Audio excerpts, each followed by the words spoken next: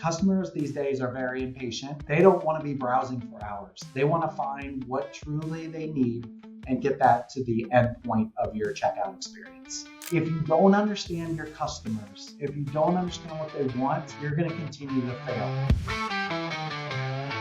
VOX Wins.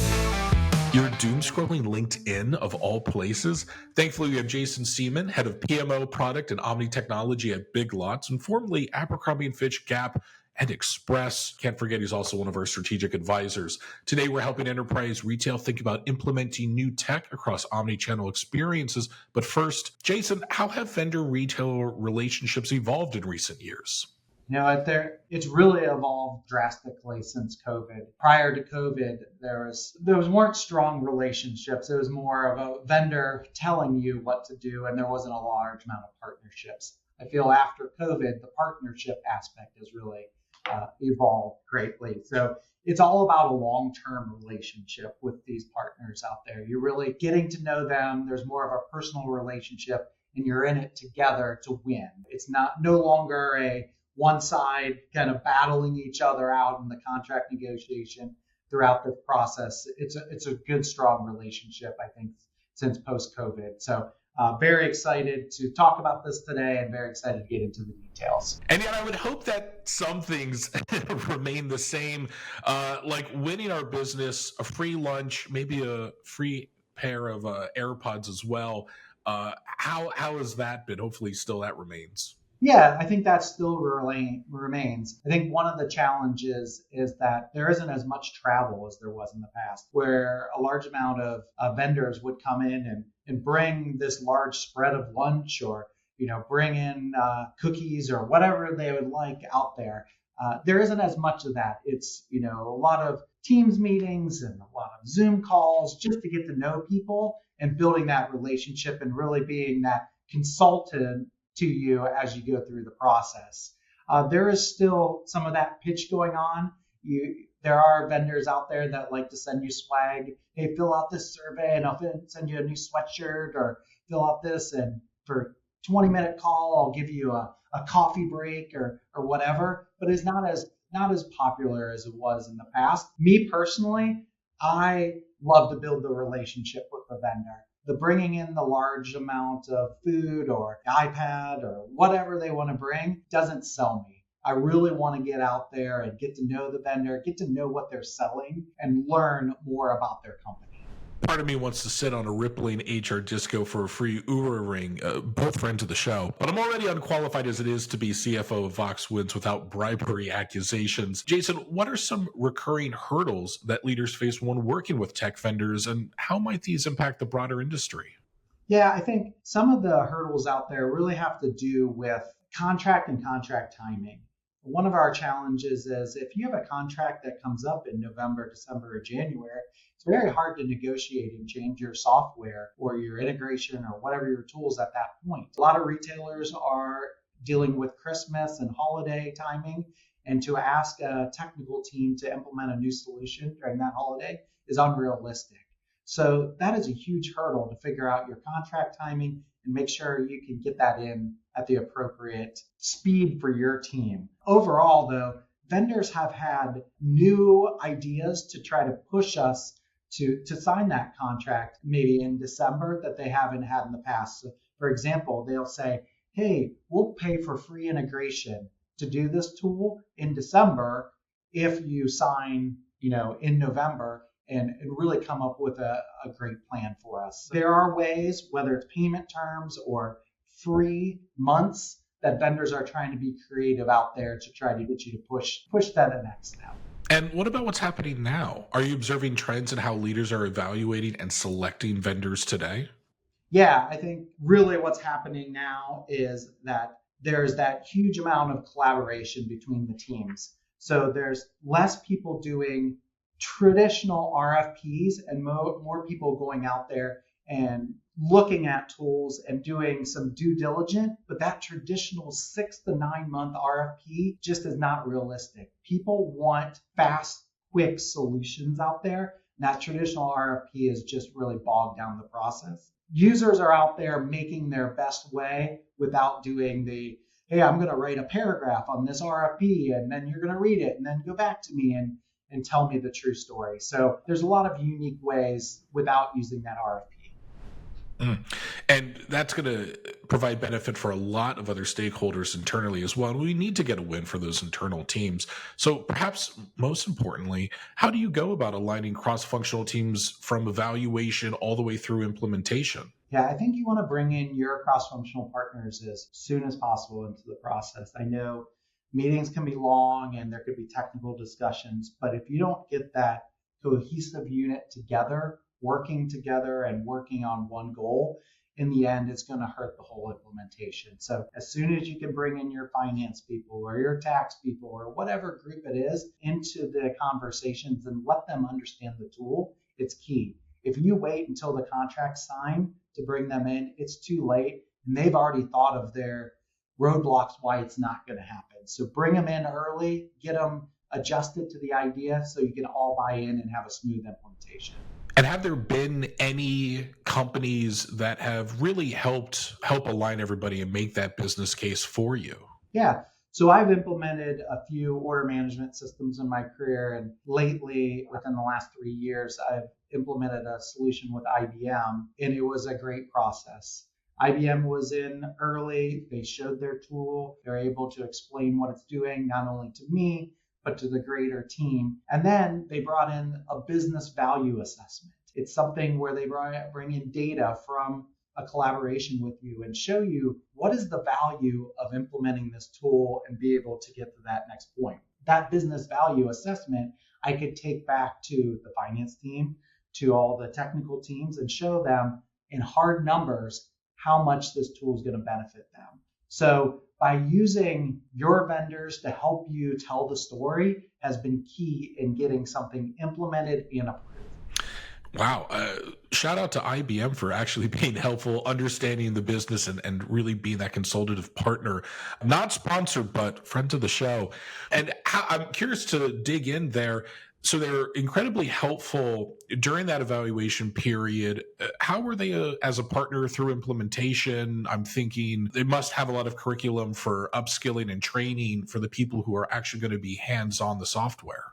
Yeah, lately IBM brings in an implementation partner to help you assist with that. So it's not truly you're going to IBM every 5 minutes that you need something. They have partners around the US that are key partners, and we use the partner called Perfaware, who is a great partner who helped us with the implementation, helped us train our associates, helped us post go live on defects and resolution. So you can really find partners out there that will do end to end, both requirements all the way to post implementation, that have become great partners and great contributors to the business.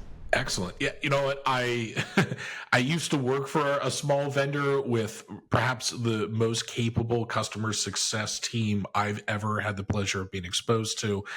Sometimes for these really large implementations, you need to bring in that third-party partner, and glad to see that IBM had the foresight to do so. But that being said, I think there's always going to be room for improvement, especially when we're focusing on these enterprise brands.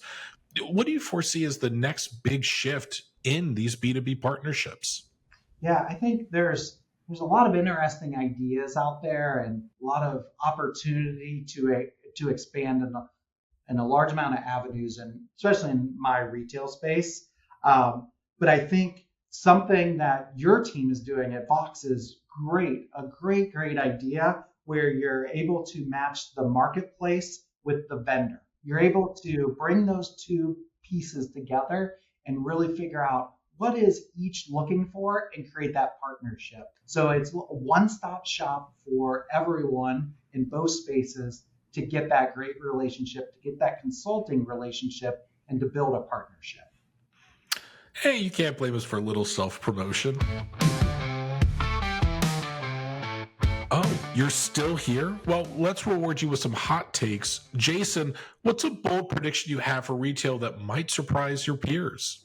Yeah, so as I'm going through the industry and learning more about the industry year to year, things are changing. But one thing that customers really want is proximity. They want the Amazon effect, which we've been hearing for years. You want to be close to your customer. Warehouses in urban areas are becoming more and more popular, where you may have something picked up at a warehouse in New York City and being able to have it delivered same day because you want to get closer and closer to the customer. There's also these ideas out there of storytelling in stores. People aren't just coming to stores to shop anymore. They want to see what the story is with that store. Try it before you buy it. Hey, try this on in the store and walk around for 5 minutes before you buy it. So it's all about catering to that customer and that customer needs, whether it's speed, whether it's comfort as you're trying and you're buying it, or it's really about storytelling. It's how can I latch onto that customer and have that customer be there for life? So there's a lot that needs to be done to fully replicate that brick and mortar experience into digital then. Yeah, I think that knowing your customer and be able to service them online and in the store and have them be one customer is so key to your success. No longer do you have a customer that only shops in store or only shops online. They want both experiences. So knowing your customer, knowing what they want and how they want it is key to being a successful retailer. And in your experience, what underrated factor significantly impacts the success in retail and e-commerce? Figure everyone else is going to be looking at AI right now, but what shouldn't we overlook? Yeah, I think a loyalty program out there is really key. Knowing how to, once again, it sound like a broken record a little bit, knowing how to reach the customer and get those loyal customers out there is key.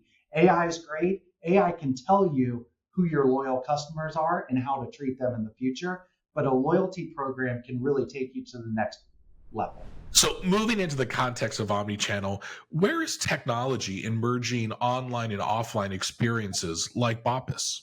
So I think there's a lot of technology out there that can support buy online, pick up in store, but there's other avenues to get customers their product quickly by using technology, whether it's a mobile app that provides an easy method for customers to order and to produce their rewards and loyalty, all the way down to partnering with some marketplaces like the DoorDashes and Instacarts. No longer are the DoorDashes and Instacarts of the world just providing food service or groceries. They're out there giving day-to-day products, whether it's apparel, all the way down to a can of corn to that customer each day. So partnering with marketplaces and using them as another way for customers to understand who you are is key. It can really promote your lifetime value. And I would bet that a lot of marketplaces would be so happy to know that they're in the context when understanding how to link physical and online channels together and make sure that there's that seamless experience no matter where they're going to encounter your brand.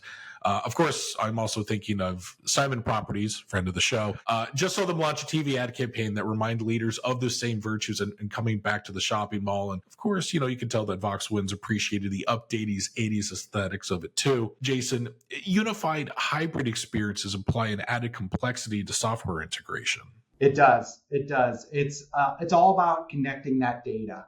So you got to be able to connect that data and really understand where the data is coming from and how you can use it to be as accurate as possible. Accuracy from a system standpoint and from a data standpoint will get you pushed to that next level, like I mentioned. It is key that you dive into the data, do some analysis, and figure out who your customers are and what their expectations are. And altogether, how is this going to define those new customer experience trends?